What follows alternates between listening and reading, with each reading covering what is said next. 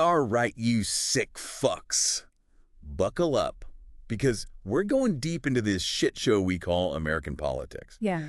We're talking about none other than good old Joe Biden. Yeah. You sent over his Wikipedia page. Oh, And yeah. let me tell you, this dude's life is a goddamn roller coaster. Plagiarism scandals, Oh, yeah. family tragedies, Uh-huh. and... This wasn't some high school kid copying homework. This was a grown-ass man studying law. Yeah. What does that tell us about his character? Right. It makes you wonder if the dude's been full of shit this whole time. But hold on.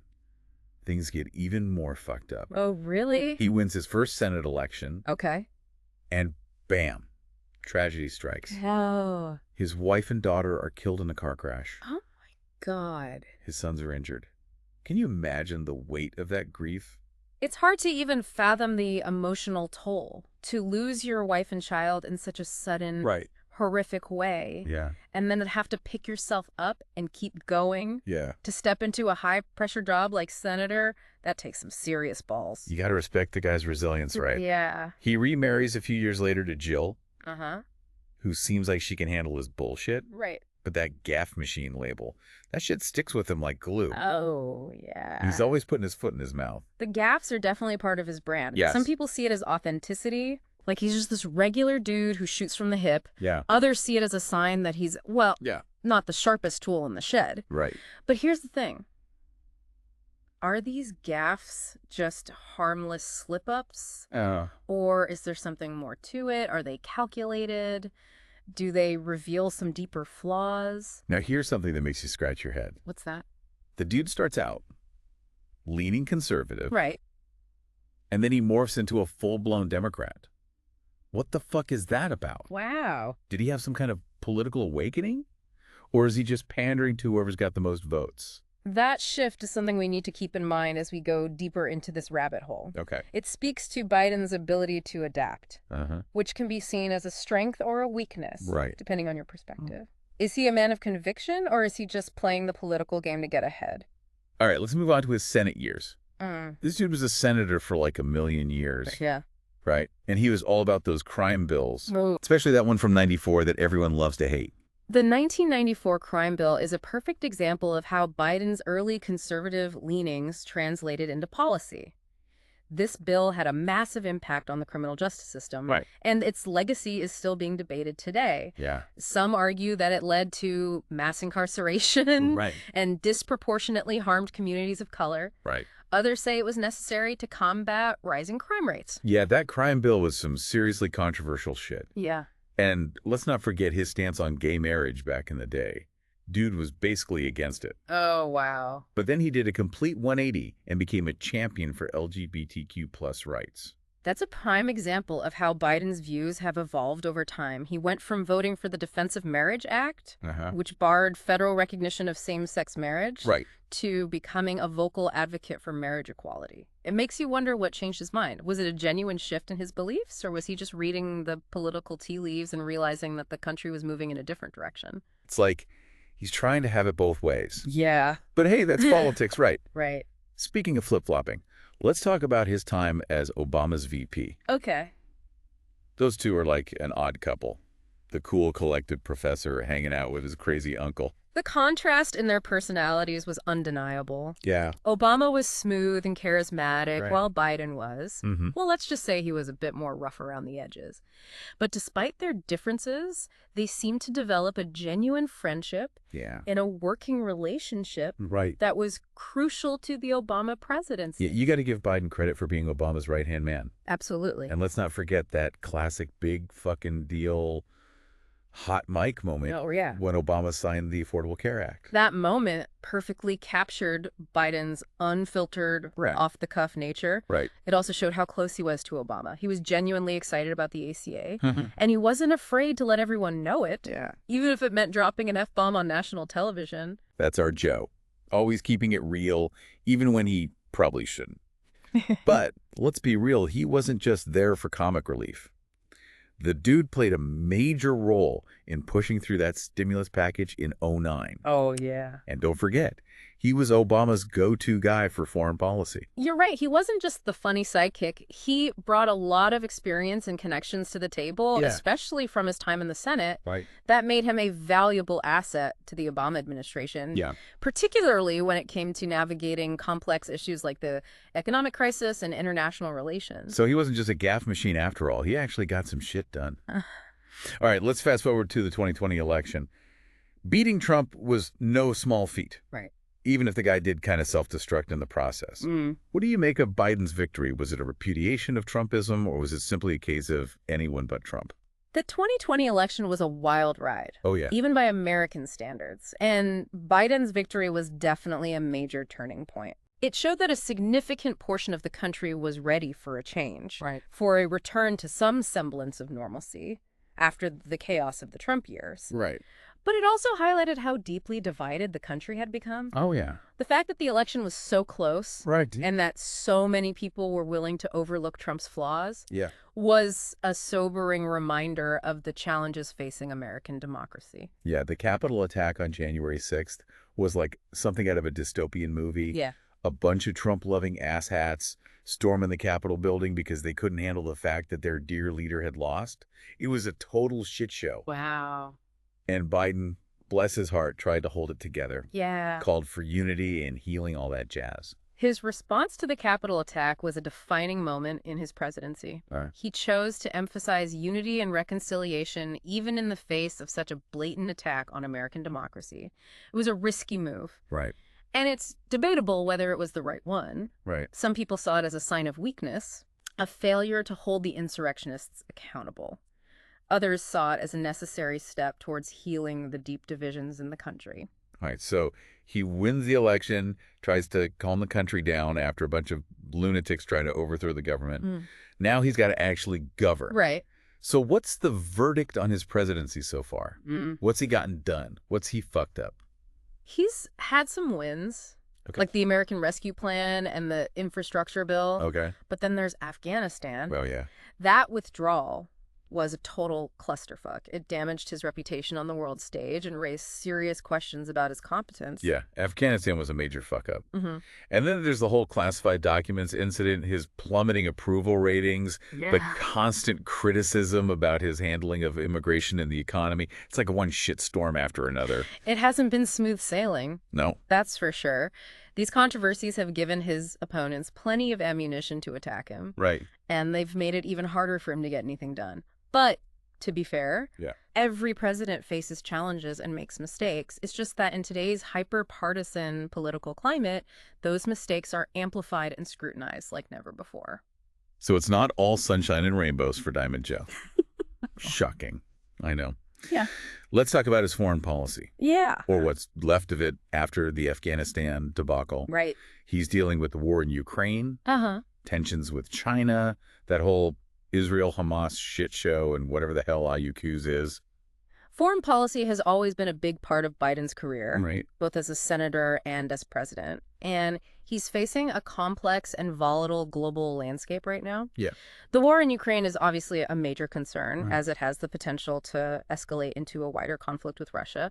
And then there's China, which is becoming increasingly assertive on the world stage. Yeah. The relationship between the U.S. and China is one of the most important geopolitical relationships in the world. Right. And it's becoming increasingly fraught with tension. Yeah. And let's not forget about that Chinese spy balloon thing. Oh, What the fuck was that all about? Right. Did they really think they could just float a giant spy balloon over the U.S. and no one would notice? The Chinese balloon incident was a major provocation, and it showed how quickly things can escalate between the U.S. and China. It was a reminder that we're living in a dangerous world where even a seemingly minor incident could spark a major conflict. All right, we've covered a lot of ground here, and it's clear that this Biden dude is a walking contradiction. He's gone from moderate to progressive, from crime bill advocate to social justice warrior. What's the deal with this guy? Is he a chameleon who adapts to the political winds? Or is there a core set of principles that guides his decisions? That's the million-dollar question, isn't it? Is he a goddamn shapeshifter morphing into whatever the hell he needs to be to stay in power? Right. Or is there some underlying philosophy, some core set of beliefs driving this dude's choices? So is there a method to this madness? Right. Is this flip-flopping all part of some master plan, or is he just winging it, hoping for the best? It's hard to say for sure, but I think it's more complicated than just saying he's a cynical opportunist. Right. If you look at his record, there's a pattern of pragmatism, of trying to find common ground and make deals. Okay. He's not afraid to compromise. Right. Which pisses off the curious on both sides. Right. But it also might be what's allowed him to survive and thrive in this fucked up political landscape. Yeah. The dude's definitely a survivor. Yeah. But let's get down to brass tacks. What about some of his more controversial policies? Yeah. Like climate change. Right. He's all about that green energy shit. But some folks think it's a bunch of bullshit. Yeah. Just a way to control people and make a quick buck. What's your take on that? Climate change is a goddamn minefield, politically speaking. You've got people on one side screaming that the world's going to end if we don't switch to solar panels and tofu burgers tomorrow. Right. And you've got people on the other side saying it's all a hoax, a liberal conspiracy to destroy the economy. Biden's firmly in the climate change is real and we need to do something about it camp. He's pushed for some pretty aggressive policies to reduce emissions and transition to a clean energy economy. Whether those policies are effective or even realistic is a whole other debate. Right, fair enough. But what about abortion? Right. This is where things get tricky. Dude's a Catholic. But he's also pro-choice. How the hell does that work? Yeah. Is he just trying to appease everyone and piss no one off? This is a classic example of how Biden's personal beliefs and political positions can sometimes seem at odds. He's talked about his personal opposition to abortion, rooted in his Catholic faith, but he's also been a staunch defender of abortion rights, arguing that women should have the right to make their own choices about their bodies. Right. It's a delicate balancing act that reflects the deep divisions in this country over this issue. It's like he's trying to ride two horses at once, hoping he doesn't fall off and break his neck. Yeah. But speaking of old dudes, let's address the elephant in the room. Okay. Or should I say the dinosaur in the Oval Office. Biden's pushing 80. Oh, yeah. And some people are seriously worried that he's just too goddamn old for this shit. Age is a legitimate concern, especially for a job as demanding as the presidency. Let's be real, the dude's not exactly a spring chicken. Right. There have been moments when he's seemed a bit lost a little off his game. Yeah. And it's hard not to wonder if those moments are just senior moments or if they're signs of something more serious. Yeah, I've seen those clips where he seems confused, like he's not sure where he is or what he's supposed to be doing. It's kind of scary, to be honest. It's understandable to be concerned, but on the flip side, Biden's repeatedly insisted that he's mentally and physically fit to be president. Okay. His doctors have given him a clean bill of health. Okay. And he's managed to keep a pretty demanding schedule so far. Okay, so the doctors say he's good to go. But what about the voters? His approval ratings have been in the toilet for a while now. Right. What's going on there? His approval ratings have definitely taken a hit. Yeah. The Afghanistan withdrawal. Right. The ongoing pandemic, the rising cost of living. All of these things have contributed to a sense of dissatisfaction with his performance. It seems like the honeymoon phase is over. Right. And people are starting to lose patience. It's like they're realizing that he's not the savior they hoped he would be. Right. He's just another politician making promises he can't keep screwing things up and generally making a mess of things. That's a cynical view, but it's not entirely unfounded. Right. Biden came into office with high expectations, and he's struggled to meet them. Right. He's facing a lot of challenges, both domestically and internationally. Right. And it's not clear that he has the answers. So the dude's got his work cut out for him. He's got to deal with a divided country, a global pandemic, a looming economic crisis, and a bunch of other shit that's probably going to pop up along the way. And he's got to do it all while looking like he's still got all his marbles. Tough gig. No doubt about it. The presidency is a pressure cooker, right? And Biden's feeling the heat. It'll be interesting to see how he handles it all. Will he rise to the occasion, or will he crumble under the weight of it all? Only time will tell. All right, so let's cut to the chase. What's the bottom line here? What kind of legacy is this dude going to leave behind? Will he be remembered as a great president, a terrible president, or Just another mediocre dude who occupied the Oval Office for a few years. It's way too early to say for sure. His story is still being written. Right. But I think it's safe to say that Biden's presidency will be a fascinating one to study, full of contradictions, triumphs, and failures. He's a complex figure, and his legacy will likely be just as complex. That's one way to put it. He's a goddamn enigma, wrapped in a riddle and slathered in gaffes. But that's what makes him so interesting, right? Jackal. He's a walking, talking example of how fucked up American politics can be. Exactly. He's a mirror reflecting all of our hopes, fears, and frustrations. Right. Whether you love him or hate him, No. you can't deny that he's a product of his time, a man shaped by the forces of history. And his story, for better or for worse, is now intertwined with the story of America. Okay, that's some deep shit right there. Okay. But before we get too philosophical, let's take a quick break. We'll be back in a minute to wrap up our deep dive into the wild world of Joe Biden. All right, you degenerates, we're back for the final round of our Joe Biden beatdown. We've talked about his past, his evolution, his policies, the good, the bad, and the ugly. But now let's get down to the nitty-gritty. How will history judge this old son of a bitch? That's the million-dollar question, isn't it? We're living through his presidency right now, so it's hard to get a clear perspective. It's like trying to judge a painting while you're still standing too close to the canvas. So you're saying the jury's still out on whether this dude's a total disaster or just a slightly less than total disaster? Exactly. We're too close to the action to give a definitive verdict. But I think it's safe to say that his presidency will be remembered for its sheer unpredictability. He's defied expectations at every turn. Okay, but let's play a little game here. If you had to sum up his legacy right now, what would it be? Hero? Villain? Bumbling grandpa who accidentally wandered into the White House? He's a goddamn paradox man. He doesn't fit neatly into any of those categories. He's not a superhero, but he's not a mustache-twirling villain either. He's a flawed, complex, and often frustrating figure who somehow managed to become the most powerful man in the world. So more like a cockroach than a dinosaur. Hard to kill even if you want to. That's an interesting analogy, but it speaks to his resilience. He's been knocked down countless times, but he always gets back up. That tenacity, that stubborn refusal to give up is a big part of what got him to the White House in the first place. All right, you gotta admire the guy's grit. But let's be real, he's a walking contradiction. He talks about unity and healing, but he's presiding over one of the most divisive periods in American history. He promises to restore America's global standing, then pulls out of Afghanistan in such a disastrous way that it makes everyone question our competence. His contradictions are undeniable, but they also reflect the contradictions of the country he leads.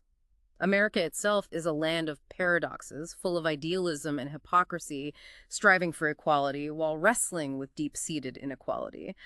Biden in many ways embodies those tensions, those conflicting impulses. So you're saying he's like the ultimate American anti-hero. Flawed, but ultimately trying to do the right thing even if he fucks it up royally sometimes. I think that's a pretty accurate assessment. He's a product of his time, a man shaped by the triumphs and tragedies of the 20th century. He carries the weight of history on his shoulders, and he's trying to navigate a future that's more uncertain than ever. All right, I can dig that. So what's the big takeaway here? Why should we give a shit about Joe Biden and his messy-ass legacy? Because for better or worse, he's a reflection of us. He embodies the contradictions, the complexities, and the possibilities of American democracy. His successes and failures are our successes and failures. So we're all stuck in this shit show together. Fantastic. Pretty much. But hey, at least it's an interesting shit show. All right, you beautiful bastards. That wraps up our deep dive into Joe Biden, the man, the myth, the gaffe machine. We've covered his life, his career, his triumphs, and his fuck-ups. But as we've learned, the story ain't over yet. The old dog's still got some fight left in him. Who knows what kind of crazy shit he'll pull next. Keep your eyes peeled and your bullshit detectors on high alert. And remember, folks, this is just the tip of the iceberg. There's a whole lot more to discover if you're willing to dig a little deeper. So go out there and do your own damn research. Don't just take our word for it. Think for yourselves, question everything, and never stop learning. That's what the deep dive is all about. Peace out.